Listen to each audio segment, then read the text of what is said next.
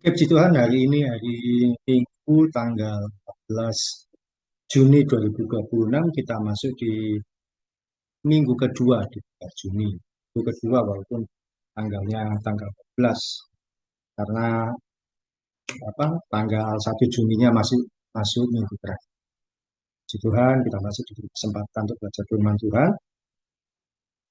Jadi berkat yang baik bagi semua kita menuntun di kehidupan kita di masa muda kita semakin hari semakin mengenal Tuhan. Mari kita berdoa.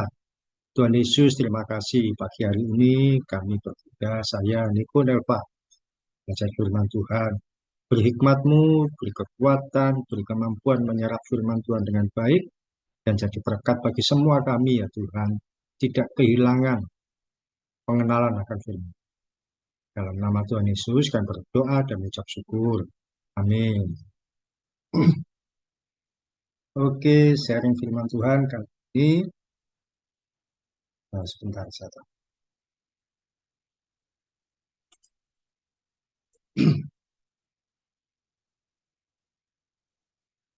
Ya, saya beri judul Tangan Tuhan.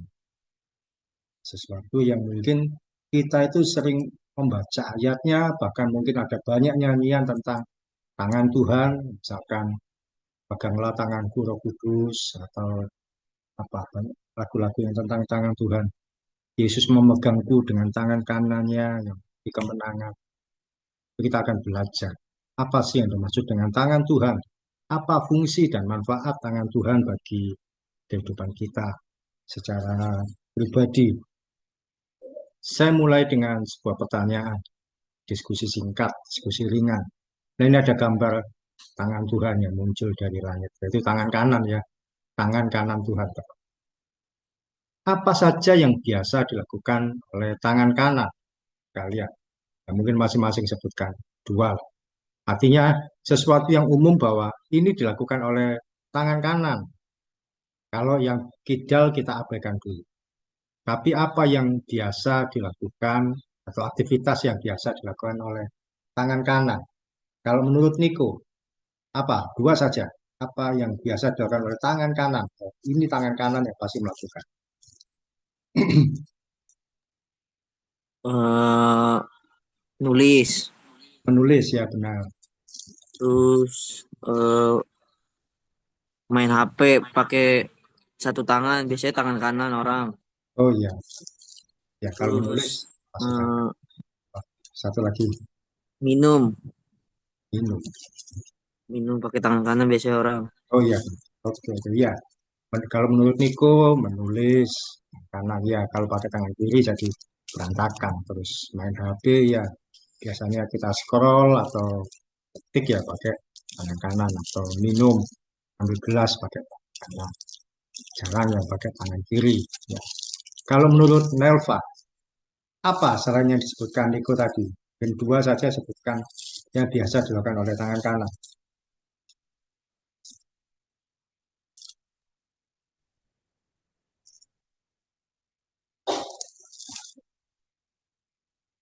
Tentunya masih ada lagi.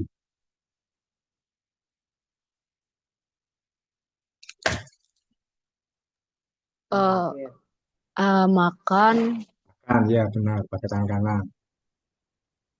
makan terus Lagi apa? main apa eh, tenis meja. Main tenis meja. Oh iya, saya gak pikir itu. Ya, main tenis meja pakai tenis. Betul sekali. Yang disebutkan oleh Melva bahwa eh, apa tadi yang oh, makan ya, makan pakai tangan kanan. Namanya untuk makanan atau makanan pakai tangan kanan. Kalau kiri biasanya pakai garpu. Nah, biasanya umumnya kita makan dengan tangan. Kemudian main tenis meja, ya olahraga ya. Kalau yang memegang raket, memegang sesuatu ya biasanya tangan kanan. Dan cuma tenis meja ada lagi badminton, main tenis atau olahraga yang baru-baru ini dikenal itu padel itu pakai tangan kanan. Ya, gitu lah. Kita bisa mengerti bahwa Dalam kehidupan sehari-hari, tangan kanan biasa digunakan, dimanfaatkan. Nah, di Indonesia atau budaya Timur, tangan kanan selalu diidentikan untuk melakukan hal-hal yang baik, yang manis, yang sopan. Bahkan dibiasakan kalau melakukan sesuatu menggunakan tangan kanan. Kalau kalian punya tetangga yang bayi atau punya saudara masih kecil, usia balita, kadang-kadang kan anak kecil belum tahu ngasih sesuatu pakai tangan kiri, kita sering mengingatkan, ayo pakai tangan yang manis, ya pakai tangan kanan, atau tangan yang sopan. Apakah tangan kiri tidak manis? Ya, kita membudayakannya dengan tangan kanan. Padahal kalau di luar negeri, tangan kiri yang multifungsi. Ya. Cuma ya memang untuk aktivitas sehari-hari pakai tangan kanan.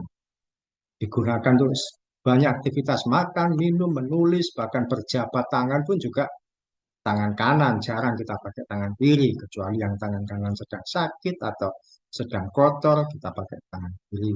Tapi tangan kanan biasanya untuk berjabat tangan, menyerahkan sesuatu pakai tangan kanan, kita memberikan pada orang untuk menghormati.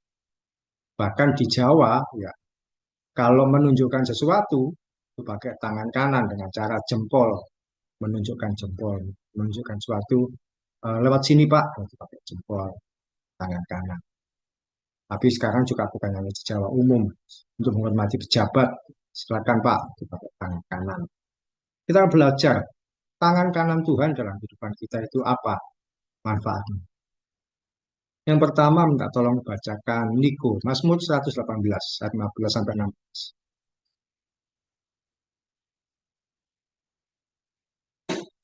Mazmur 118 ayat 15 sampai 16. Suara sorak-sorai dan kemenangan di kemah orang benar. Tangan kanan Tuhan melakukan keperkasaan. Tangan kanan Tuhan berkuasa meninggikan. Tangan kanan Tuhan melakukan keperkasaan. Ya, di sini ada kata tangan kanan Tuhan melakukan keperkasaan dan meninggikan. Nah, Nelva, Mazmur 75 ayat 7 sampai 8. Sebab bukan dari timur atau dari barat dan bukan dari padang gurun datangnya peninggian itu, tapi Allah adalah hakim, direndahkannya yang satu dan ditinggikannya yang lain. Ya, ada kata peninggian juga. Poin pertama itu bahwa tangan kanan Tuhan itu membawa promosi. Kita tadi membaca dua kali di dua ayat ada kata peninggian. Peninggian itu promosi, dinaikkan jabatannya atau dihormati, dihargai, atau mengalami situasi-situasi yang ke atas. Ya, sifatnya itu promosi, diunggulkan. Itu kalau di bahasa Alkitab adalah peninggian. Kalau bahasa sekarang promosi. Nah, misalkan ayat ini dibaca dalam situasi sekarang, di ayat yang 16, tangan kanan Tuhan berkuasa memberikan promosi. Atau Mazmur 75 ini. Sebab bukan dari timur atau barat dan bukan dari padang gurun datangnya promosi itu, tapi dari Tuhan. Artinya apa? Firman Tuhan mengajarkan bahwa Tuhan itu sanggup mengangkat posisi dan derajat seseorang. Promosi yang kita hadapi, kita alami itu datangnya dari Tuhan. Kita akan mengalami promosi, kenaikan, peningkatan itu Tuhan yang memberikan. Yang bisa mengangkat posisi derajat seseorang itu Tuhan, bukan orang lain, bukan manusia. Manusia hanya perantara. Manusia yang dipakai Tuhan. Tapi kalau kita mengandalkan manusia, itu nanti hanya sementara. Kadang-kadang ada orang yang rela membayar supaya posisinya naik. Nah, itu nantinya pasti akan terungkap. Sekarang ini banyak orang yang berusaha naik promosi dengan cara korupsi. Akhirnya ketahuan ya, dia harus menanggung dalam pengadilan. Tuhan yang sanggup mengangkat kita, mengangkat posisi kita. Karena itu jangan mudah menghina seseorang. Kalau ada orang yang pekerjaannya mungkin masih rendah, masih bawahan atau terkesan kasar, ya hargai bahwa dia sedang dalam posisi merintis, yaitu pekerjaan yang dia sanggup lakukan. Kalau mungkin di swalayan, di mall, kamu orang yang kerjanya office boy, bersihkan toilet, ya hargai dengan baik. Kalau minta tolonglah dengan cepat, mungkin jangan pakai kata-kata kasar atau membentak. Hargai. Siapa tahu satu kali orang itu akan mengalami peningkatan promosi yang tidak terduga. Ya, mungkin hanya karena sekarang nasibnya dia bisa masuk kerja di posisi itu. Demikian juga saat ini bisa jadi kalian ada dalam posisi yang rendah, posisi bawah, atau mungkin situasi tidak memungkinkan. Ya sudahlah, saya akan bekerja karena melanjutkan studi kok berat. Saya akan bekerja dulu, nanti lanjutkan studi lagi. Nah, tentu dalam eh, kondisi yang sesuai yang eh, pendidikan kalian alami, tingkat kelulusan yang kalian alami tentu dari bawah sekali yang kalian hadapi, yang kalian kerjakan. Tekuni dengan baik, tekuni dengan setia. Karena satu kali Tuhan akan angkat kalian. Kalau kalian berbuat jujur, kalau kalian berbuat yang baik di tempat pekerjaan, satu kali kalau memang Tuhan izinkan bekerja, Tuhan angkat, Tuhan akan angkat posisi kalian lebih baik. Setia saja kerjakan bagian kita saat ini, meskipun terlihat kecil. Kalau Tuhan izinkan kalian dalam pendidikan berikutnya, ya bersyukur. Tapi kalau ya sudahlah, saya bekerja dulu. Tapi bekerja di usia atau di tingkat pendidikan kalian tentu dari bawah sekali. Kerjakan dengan setia. Siapa tahu akan ada situasi-situasi tertentu. Oh ternyata Nelva ini jujur. Saya naikkan tingkatnya. Nah, meskipun mungkin baru 1 tahun bekerja, dinaikkan. Mungkin dinaikkan tingkatnya dipercaya membawa uang, dipercaya setor uang, dipercaya untuk apa? Mengawasi dan sebagainya. Mungkin Niko juga diberi kesempatan yang lebih baik lagi. Apapun yang kalian kerjakan, ketika dipercaya, kerjakan dengan setia. Saya ketika masuk kerja pertama kali itu tahun 2007 Januari, gaji saya 400.000. Itu termasuk yang kecil di antara sekolah-sekolah yang lain saja. 400.000. Sekolah lain mungkin sudah apa minimal 1 juta atau 750.000. Saya masih 400.000. Ya saya terima, saya kerjakan. Saya walaupun rumah saya jauh, saya tahu diri, saya butuh pekerjaan. Saya terima 400.000. 2 tahun naik 600. Udah naik sedikit demi sedikit sampai saya keluar dari guru SD itu saya dalam posisi 1.450.000. Ya bukan angka yang besar tapi saya bertahap, bertahap, bertahap. Dan saya punya pengalaman yang lebih banyak. Bukan masalah nilai uang di pengalaman saya pribadi. Dan ada satu hal menarik yang saya ceritakan ketika saya mengajar di guru SD sekolah Kristen. Sejak 2007, ketika hari Sabtu, waktu itu Sabtu masih masuk, ada ibadah siswa. Saya datang paling awal, keluar paling akhir dari gereja, karena ibadahnya di gereja. Saya bersih-bersih, saya ngepel, saya nyapu, bahkan seringkali saya temukan kotoran kelelawar, saya bersihkan dulu, saya buat bersih tempat duduk. Padahal saya bukan bertugas pimpin pujian, atau enggak, saya pokoknya datang lebih dulu. Supaya anak-anak nyaman, guru-guru yang lain juga datang, mereka bisa menikmati dengan.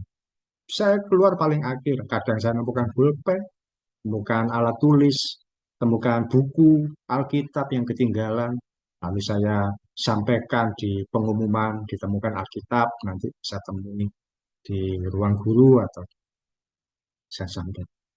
Terus ketika ibadahnya jadi Jumat pun juga seperti itu. Saya membersihkan gereja sebelum yang lain datang. Dan sekian tahun kemudian, tidak ada yang menduga saya pun jadi pendeta. Orang yang membersihkan gereja dari awal, dari paling bawah. Tuhan izinkan jadi pendeta sekarang ini. Karena saya kerjakan bagian saya yang kecil yang tidak terlihat orang lain. Tekuni tanpa banyak mengeluh. Promosi datang dari Tuhan. Tuhan akan membuat situasi kita jadi mengalami peninggian, dinaikkan tingkatannya, dinaikkan jabatannya, keuangannya diperbaiki. Ada contoh dari kitab seorang bernama Yusuf. Yusuf mengawali dari seorang yang mengurus tahanan. Nah, satu tempat yang tidak disukai orang. Siapa yang tahu masa depan Yusuf? Yusuf pun juga tidak tahu masa depannya sendiri. Yang dia tahu apa? Dia mengerjakan bagian di tahanan. Dia mengordinasi tahanan. Dia membersihkan tempat tahanan. Yusuf jadi orang yang ada di penjara dipercaya. Dia mengerjakan orang-orang tahanan itu diurus dengan baik. Siapa yang menyangka satu kali dari tempat yang paling hina itu, dia diangkat menjadi penguasa di Mesir. Orang nomor dua setelah Raja Fir'aun. Padahal dia ada di tahanan. Kalau misalkan dia adalah tukang bersih-bersihnya istana Fir'aun, nah, masih masuk akal lah. Masih walaupun ya mungkin nggak nyambung, tapi ya masih masuk akal. Dia bersih-bersih di istana, kemudian jadi penguasa, naik tingkat. Tapi siapa yang nyangka dia di penjara, kemudian menjadi penguasa di Mesir. Karena dia mengerjakan dengan setia bagi dia. Dia tidak mengeluh, dia tidak menyalahkan siapa-siapa, tidak menyalahkan Potifar, tidak menyalahkan itu. Quote yang pertama, jangan mengeluh dengan pekerjaan atau aktivitas kecil yang kita tekuni saat ini. Suatu kali Tuhan bisa mengangkat kita. Juga jangan sombong dengan posisi kita. Suatu kali Tuhan pun akan sanggup. Nah, sekarang ini ya, kalau kalian ikuti kasus, ikuti berita, ada seorang kepala Badan Gizi Nasional yang mengurusi MBG yang kalian makan setiap hari di sekolah. Dia kan yang mengurusi MBG di setiap hari pemberitaannya tentang dia, tentang bapak ini, tentang orang ini. Tiba-tiba saja punya ide usulan mengadakan motor listrik, kemudian mobil untuk ngangkut apa MBG, mobil yang bukan yang umum selama ini, tapi mobil yang lain lagi, mobil pick up dari India. Tiba-tiba usul sekaos kaki dan sebagainya. Ternyata tidak diduga dia memanfaatkan. Dia setiap hari dapat uang 1 miliar. Ya, akhirnya dia sekarang menanggung risikonya di penjara. Siapa yang menduga bahwa dia setiap hari bicara tentang MBG, MBG, MBG, makanan bergizi. Besoknya dia ditangkap, bertanggung jawab. Jangan sombong dengan posisinya. Tapi kalau kalian diberi kesempatan mengerjakan dari bawah, jangan berkecil hati. Ah, untuk kalian, tugas kalian karena masih baru lulus cleaning service, ya kerjakan, puji Tuhan, haleluya. Yang penting saya bisa bekerja. Sekarang banyak orang sulit cari pekerjaan. Gajimu cuma sekian, di bawah UMR, gak apa-apa, kerjakan. Nanti Tuhan bisa angkat. Oke, sharing pertama. Pekerjaan, ini bukunya hilang. Pekerjaan atau aktivitas apa yang menurutmu paling rendah yang pernah kamu lakukan untuk orang lain? Bukan di rumah ya, tapi misalkan di sekolah, ya, kalau bekerja kan belum, atau di pelayanan gereja. Sekali lagi, kira-kira aktivitas apa yang menurutmu paling rendah yang kamu lakukan untuk orang? Kalau saya contoh tadi bahwa saya itu pernah dalam kondisi seminggu sekali saya membersihkan gereja. Sebelum guru-guru lain datang, sebelum murid-murid beribadah, saya menyapu, mengelap, bersihkan ruang gereja untuk ibadah. Itu paling rendah karena tidak ada orang yang tahu, tidak ada orang yang lihat, tidak ada orang yang memuji. Ya saya kerjakan. Tahu-tahu sudah bersih gitu. Nah, kalau menurutmu apa yang ini saya paling rendah yang saya lakukan, tapi ini manfaat untuk orang lain. Kalau menurut Nelva apa?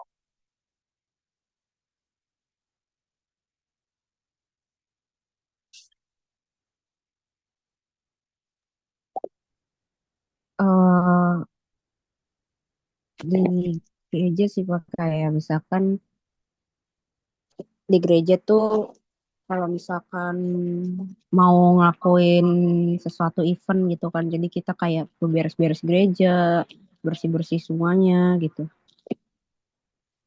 Ya, seperti itu. Sebelum apa? Bukan pengunjung ya, jemaat ya, yang lain datang, orang-orang yang lain datang, Nelva membersihkan gereja. Mungkin nggak banyak yang tahu, ya mungkin beberapa orang bantu. Tapi itu yang bisa kamu lakukan. Bahkan mungkin kelihatannya nggak ngetop daripada yang tampil di panggung. Tapi kamu kerjakan dengan sepenuhnya.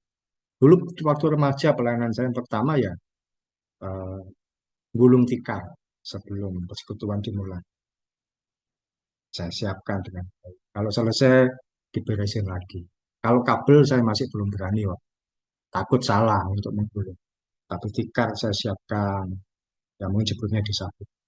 Kalau Niko, pekerjaan atau aktivitas apa yang menurutmu paling rendah yang kamu lakukan untuk orang lain, mungkin di sekolah atau di gereja? Nyetepin ini sih Pak, temen motornya. Oh, nyetepin motor itu apa? Gimana? Nyetepin motor itu masih gimana? Kayak ini loh Pak, eh, Hidupin. bukan, kayak kan motor mogok Ya. atau mati gitu nggak ada bensin, Mm-mm. itu kita kita bawa motor sendiri, habis itu kaki kita Oh, taruh di setiap kakinya, kaki motor dia, ya ya, terus kita mendorong ngegas, motornya. jadi kita iya kayak ngedorong motornya, Ya ya kayak pakai motor kita. ya ya, saya tahu. Cuma setelah nyetepin ini saya baru dengar. Ya, begituan. Banyak saya melihat orang-orang yang seperti itu. Bahkan bukan cuma motor, ada yang naik motor tapi mobil mogok, ya, dia juga mendorong dari belakang kaki. Ya, itu bisa juga sesuatu yang paling rendah menurutmu kamu lakukan, tapi ini bermanfaat bagi orang lain. Didorong, bantu temannya. Itu bantu sampai mana? Karena bensin habis atau sampai rumah atau bagaimana? Karena bensin habis Pak, Terus sampai bensin, jadi sampai di di tempat setel ke pom bensin. pom bensin. Gitu kan, dia tertolong. Coba kalau tidak seperti itu, siapa yang bisa membantu? Siapa yang bisa nolong sampai aman? Ya, gitu kan. Itu sesuatu yang mungkin orang lain tidak terpikirkan tadi kamu membuat bagi dia. Dan itu mungkin juga tidak bisa dinilai dengan uang, tapi bisa membuat orang tertolong dalam situasinya hari itu. Temanmu bisa tertolong. Ya, gitu kan. Terima kasih. Bahwa kita belajar bahwa tangan kanan Tuhan itu memberikan promosi. Tapi promosi itu dilakukan melalui apa? Kesetiaan kita melakukan hal-hal yang kecil, hal yang ringan, hal yang sederhana, tanpa dilihat orang lain, tanpa harus dipuji orang lain. Dan yang Niko lakukan, satu kali kamu akan menjadi pribadi yang Tuhan angkat karena kamu menolong orang lain tanpa diduga, tanpa tahu. Karena apa? Berkat Tuhan itu tidak selalu dari orang yang ditolong, tapi dari situasi yang Eva pun juga bisa jadi kamu membersihkan tempat gereja tanpa banyak yang tahu. Satu kali kamu yang dikenal banyak orang, kita tampil di depan gereja. Walaupun bukan berarti minta dikenal ya, tapi satu kali Tuhan izinkan namanya dikenal dengan tampil di bar, pimpin pujian, yang melihat bahwa oh, ini kamu berangkat dari bawah sekali. Ya, gitu. Tangan kanan Tuhan membawa promosi. Pembelajaran kedua, Mazmur 138 ayat 7 sampai 8. Silakan Nelva, minta tolong bacakan. Jika aku berada dalam kesesakan, engkau mempertahankan hidupku. Terhadap amarah musuhku, engkau mengulurkan tanganmu, dan tangan kananmu menyelamatkan aku. Tuhan akan menyelesaikannya bagiku, ya Tuhan kasih setiamu untuk selama-lamanya. Janganlah kau tinggalkan perbuatan tanganmu. Iya, ini ada kata tangan kanan Tuhan menyelamatkan. Berikutnya, Niko, 1 sampai 17 ayat 34 sampai 35.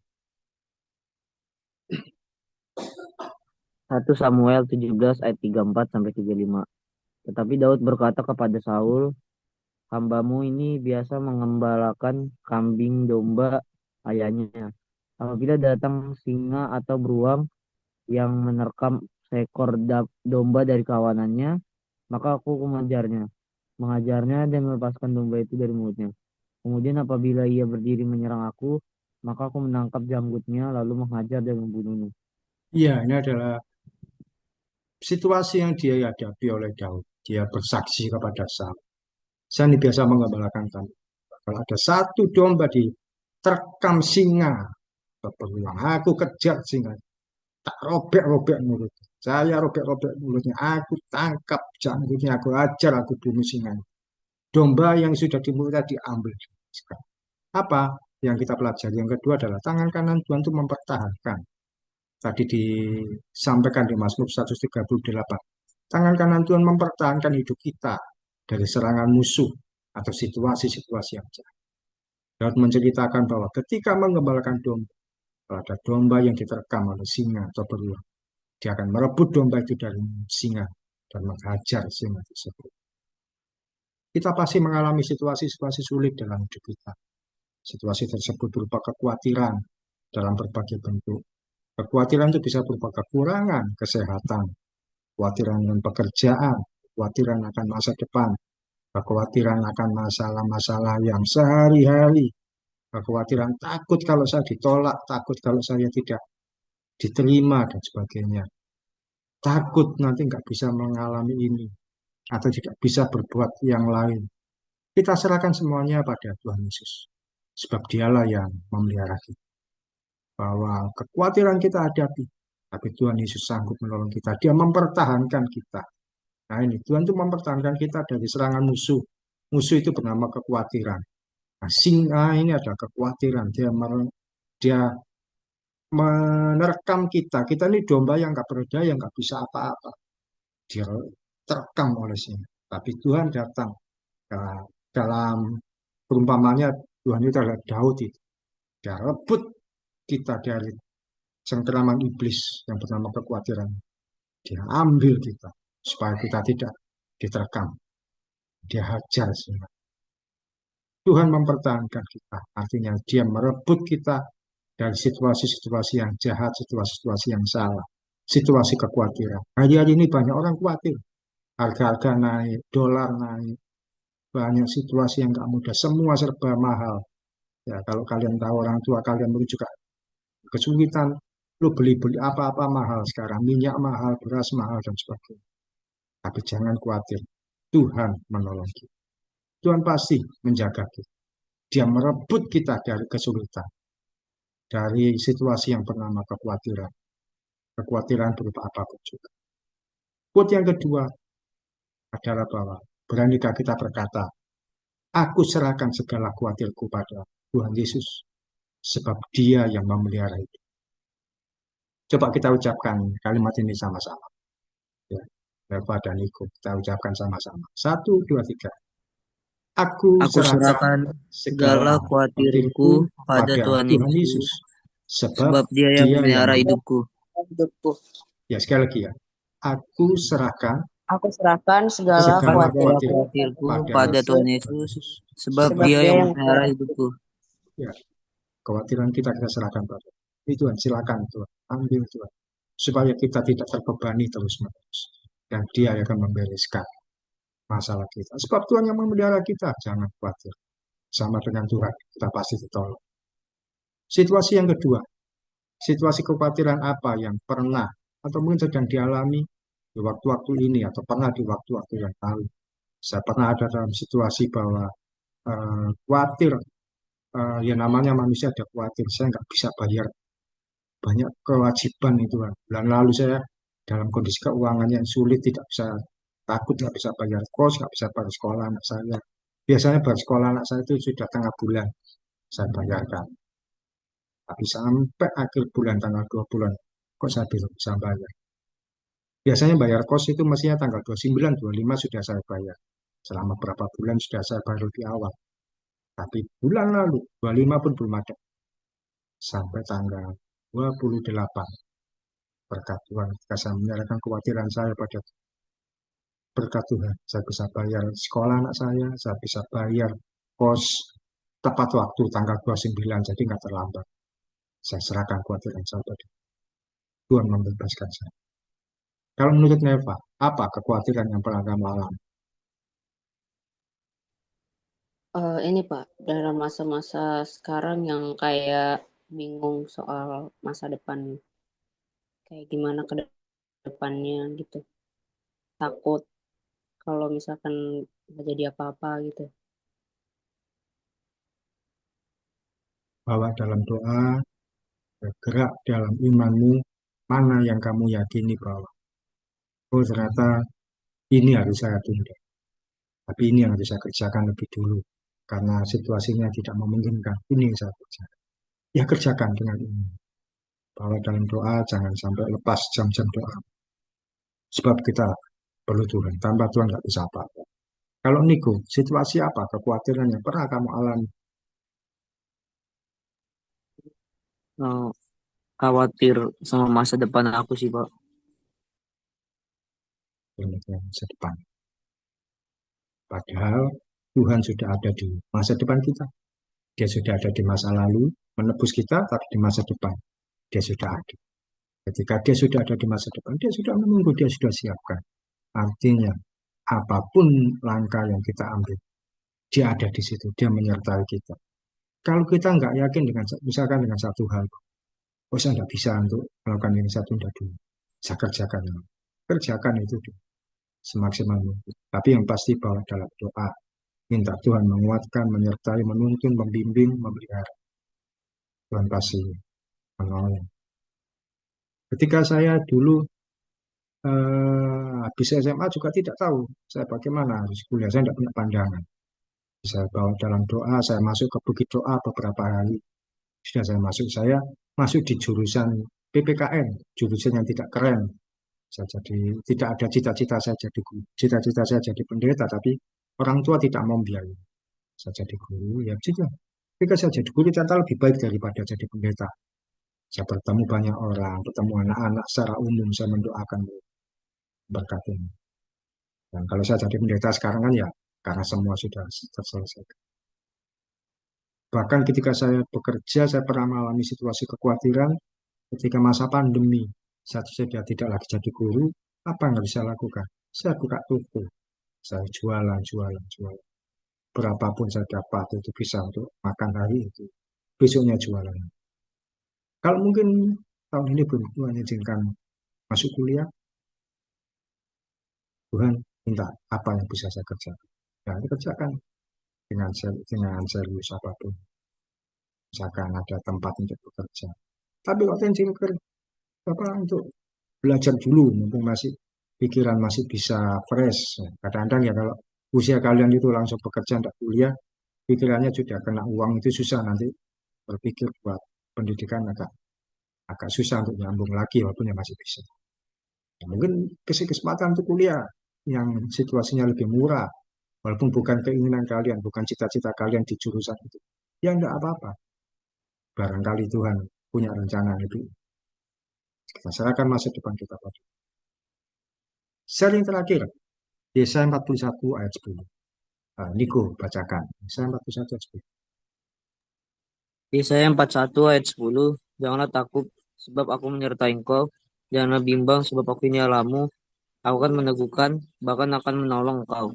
Aku akan memegang engkau dengan tangan kananku yang membawa kemenangan. Iya, tangan kanan yang membawa kemenangan. Nerva, Yeremia 51 ayat 36.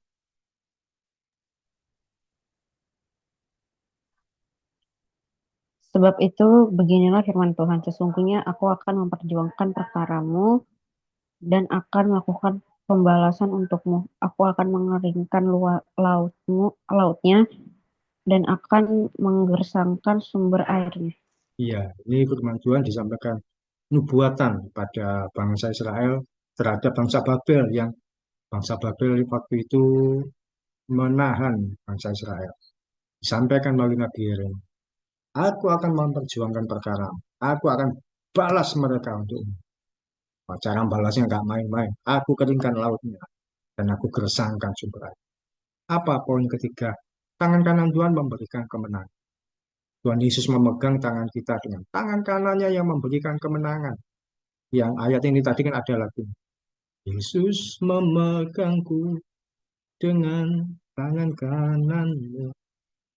Lagu lama. Yesus memberiku kemenangan. Ya, Tuhan memegang kita dengan tangan kanan memberikan kemenangan. Dan Tuhan akan memperjuangkan perkara kita dan melakukan pembalasan kita. Tuhan sendiri yang berjanji. Karena itu serahkan semuanya pada Tuhan. Tuhan, musuh-musuh saya bawa kepadamu, Tuhan yang akan selesaikan. Lah musuhnya bisa berubah situasi-situasi yang kita hadapi atau mungkin orang-orang yang membenci kita. Jangan hadapi sendiri, serahkan pada Tuhan. Tuhan akan membela dalam setiap perkara yang dihadapi. Seringkali kita nggak bisa berbuat apa-apa, cuma bisa berdoa dan menangis. Tuhan, saya gimana? Saya nggak lulus ini, saya gagal ini. Serahkan pada Tuhan. Atau mungkin kita mengalami difitnah, disalahpahami, serahkan pada Tuhan. Ketika kita angkat tangan, Tuhan turun tangan. Angkat tangan itu apa? Menyerah, nggak bisa apa-apa. Tuhan turun tangan menyelesaikan. Pembelaan Tuhan akan dinyatakan tanpa pernah kita duga. Ada saja pembelaan. Nah ini contohnya, Daud kan dikejar-kejar Saul. Dianggap Daud itu melawan Saul, padahal tidak. Mau dibunuh oleh Saul. Tapi ketika satu kali kesempatan, ini Raja Saul yang tidur di sebuah kemah. Tidur semua tentaranya di sekitarnya. Daud diam-diam masuk ke kemah itu. Ada kesempatan buat membunuh Saul. Tinggal ambil tombak ini, tancapkan sekali ke tubuh Saul, mati sudah beres. Tapi enggak. Apa yang Daud lakukan? Dia tidak membunuh Saul. Dia tidak melawan sama sekali. Dikejar di sini, dia menghindar. Dikejar di situ, Daud menghindar supaya tidak terbunuh.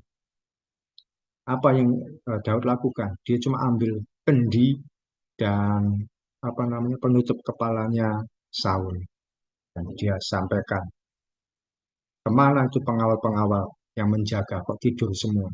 Ini aku ambil kendi tempat minum raja, kok tidak ada yang tahu? Daud tidak membunuh Saul. Saul sampai malu, merasa bersalah.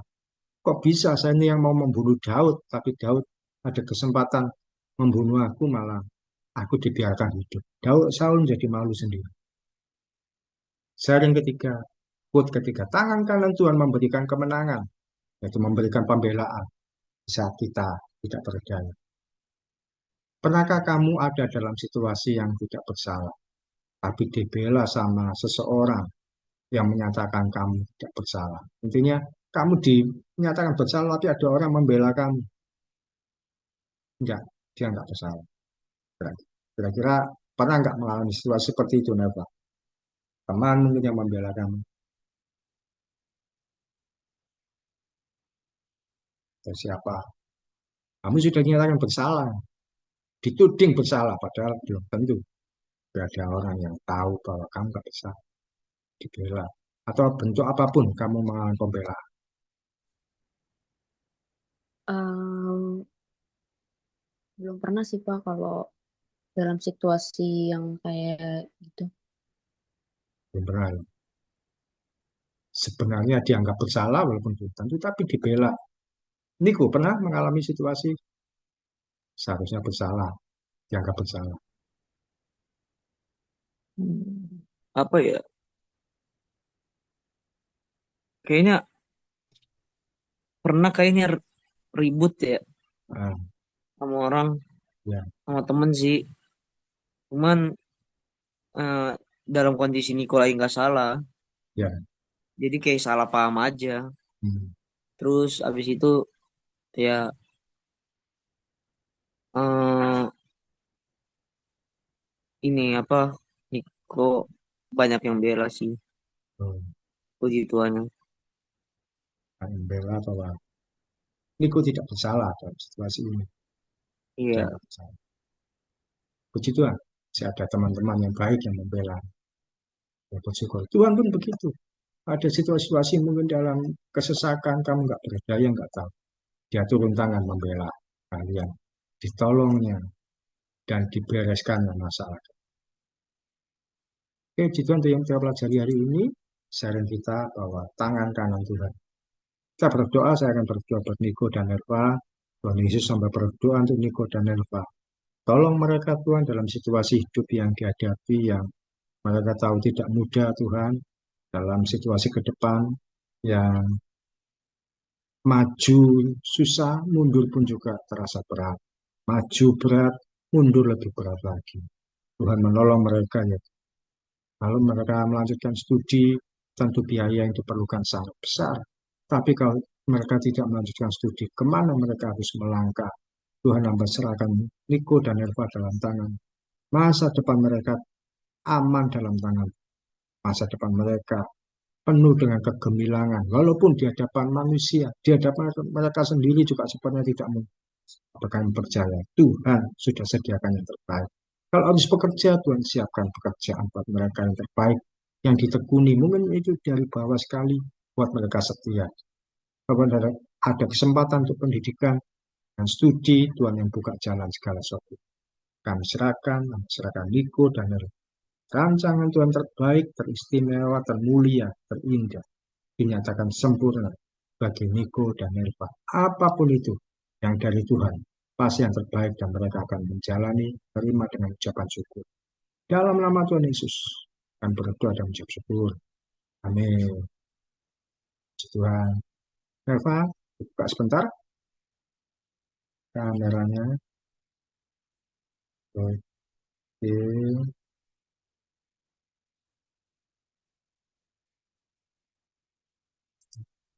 Ya, puji Tuhan. Terima kasih Niko Neva, Tuhan memberkati. Terima kasih, Terima kasih. Pak.